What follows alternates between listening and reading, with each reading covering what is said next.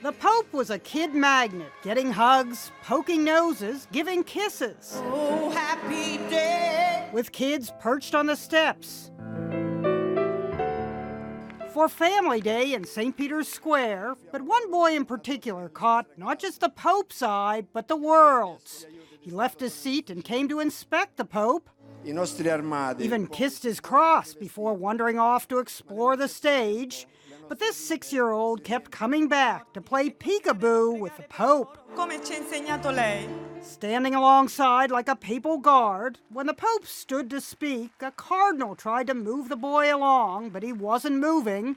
When Pope Francis started shaking hands, he tried to break it up, then switched tactics and began to usher others up to meet the Pope. The Pope sure does do a lot of head petting. But this kid's hair tousling was followed by soulful eye contact and later attempted bribery. A security officer used candy to try to lure the boy to leave. The kid took the candy and stayed. Care famiglie. Hugging the Pope's legs. Turns out the boy was an orphan from Colombia, South American like the Pope. He was adopted a little over a year ago by an Italian couple.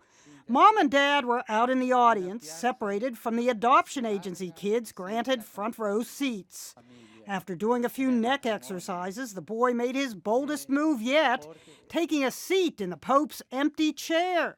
This photo was Instagrammed out by the Vatican with the caption, "A special guest with hashtag Pope Francis." At some point after he vacated the throne, the Pope's shadow finally disappeared from the stage. When the Pope himself left later in his Pope-mobile, we half expected to see the kid at the wheel. How many roads must a man walk down? He may not yet be a man, but on this day he sure was the man.